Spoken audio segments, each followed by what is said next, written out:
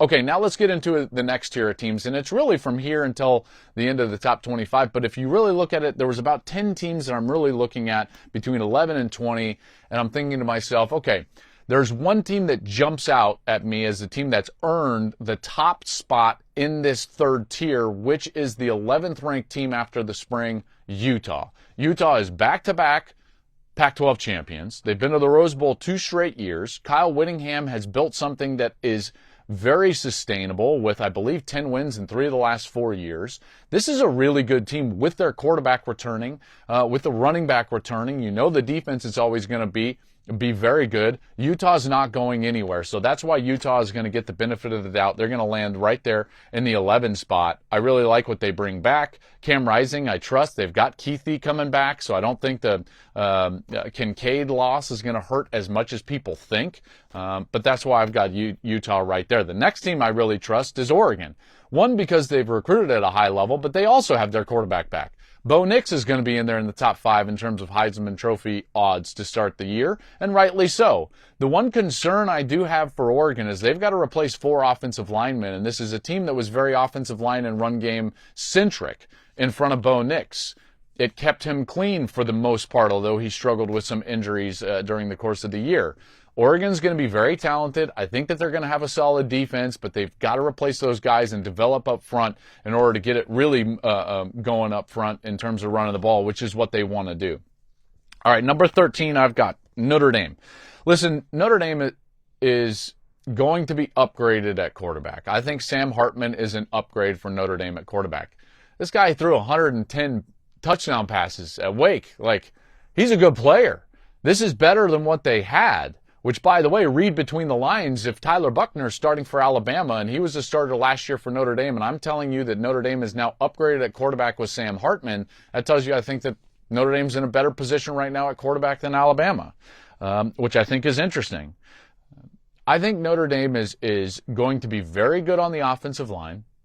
They're going to be upgraded at quarterback, and they needed to be because their offense was not very good last year, and I do still believe that they're going to be solid on the defensive side with Marcus Freeman.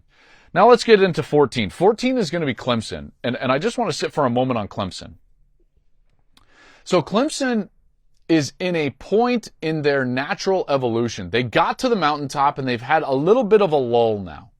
Well, they've lost assistant coaches. There's these little, this is what makes it so difficult to win championships over cycles of recruits or coaches. This is what makes Nick Saban so special, is that it's difficult to do it. Just ask Dabo Swinney. They're suffering through a little bit of a lull. Now, are they still elite? Absolutely. Are they still going to be great on defense? Yes. Are they as talented out at wide receiver? Probably not of what they've been in the past. I do like Klubnik a lot at Clemson, but here's the key. I think Dabo is doing the right thing and going out there and trying to bring in an outside voice to spark the offense and really his entire program by bringing in Garrett Riley. It really reminds me of what Bob Stoops did after an 8-win season when he brought in Lincoln Riley to Oklahoma, and all of a sudden they went on a nice run. They won 11 games each of the next 2 years, and then all of a sudden Riley was the head coach, and then Riley took them to the playoffs.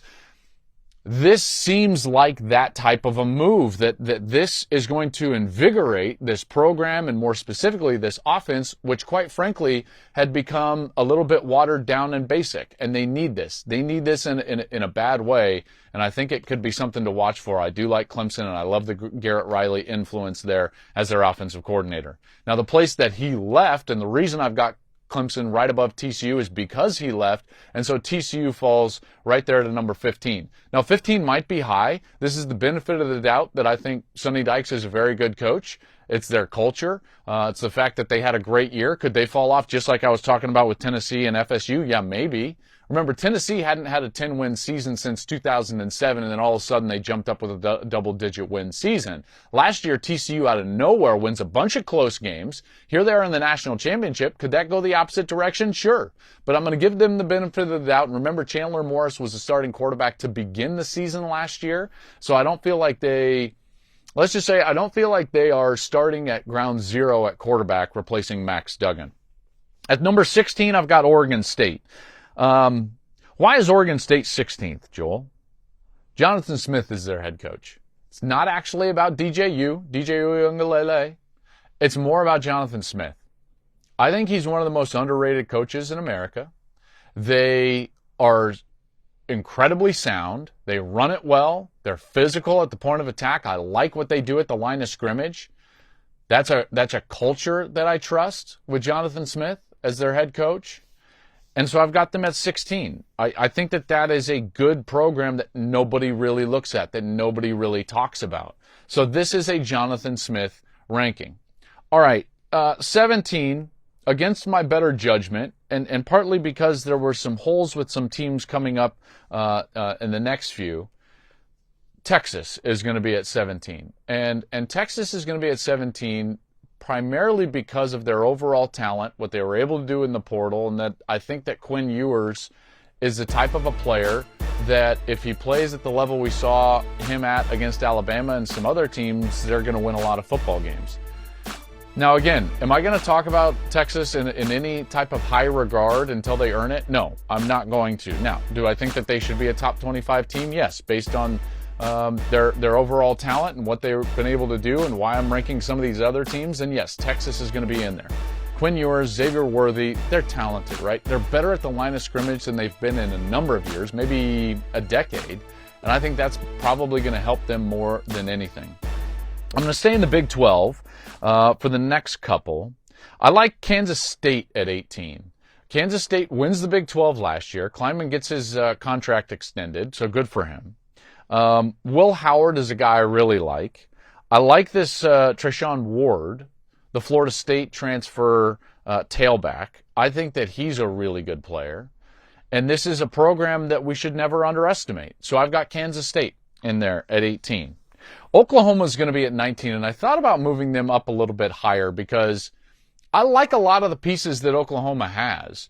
Oklahoma went 0-5 in one-score games last year, okay? So basically the exact opposite of TCU. Now they're bringing their quarterback back in Dylan Gabriel. They got way better in the transfer portal, by the way, in particular on the defensive side. You've got Deshaun McCullough, Jacob Lacey, Andrell Anthony, the wide receiver from Michigan, Reggie Pearson. They were 4th in the country in high school recruiting, including 5-star safety, including, by the way, 3 players in the top 16 in the country. OU could have a big splash season. If there was a team in the top 10 that I would say, like, if I had to bet they wouldn't be in the top 10 at the end of the year, it'd be Florida State. If there was a team 10 to 20 that I would put an asterisk in, I would say if you had to bet at a team entering the top 10 by the end of the year, who would it be? I would say Oklahoma. The fact that they lost those one-score games, I believe that they're going to be a riser. I think they can get back to double digits, and I think that they're a pretty good team. I like what Brent Venables is doing. At 20, I've got Ole Miss. Quinshon Judkins, love him. Obviously, he was fantastic. They've got 4 offensive linemen, starters, returning for Lane Kiffin. The quarterback situation's a little wonky, right, with Jackson Dart and Spencer Sanders and Walker Howard, the LSU transfer. So I don't know exactly who's going to be there, but similar to, let's say, a Ryan Day or a Lincoln Riley, I know he's quirky, but Lane Kiffin always gets quality quarterback play, and his offenses can always go out there and score some points. So I like Ole Miss at 20. I'm fine with that. Hey, thanks for watching. If you enjoy that clip, make sure you click subscribe somewhere down here. From game highlights to exclusive interviews and rankings, we've got everything you need as a college football fan right here, College Football on Fox.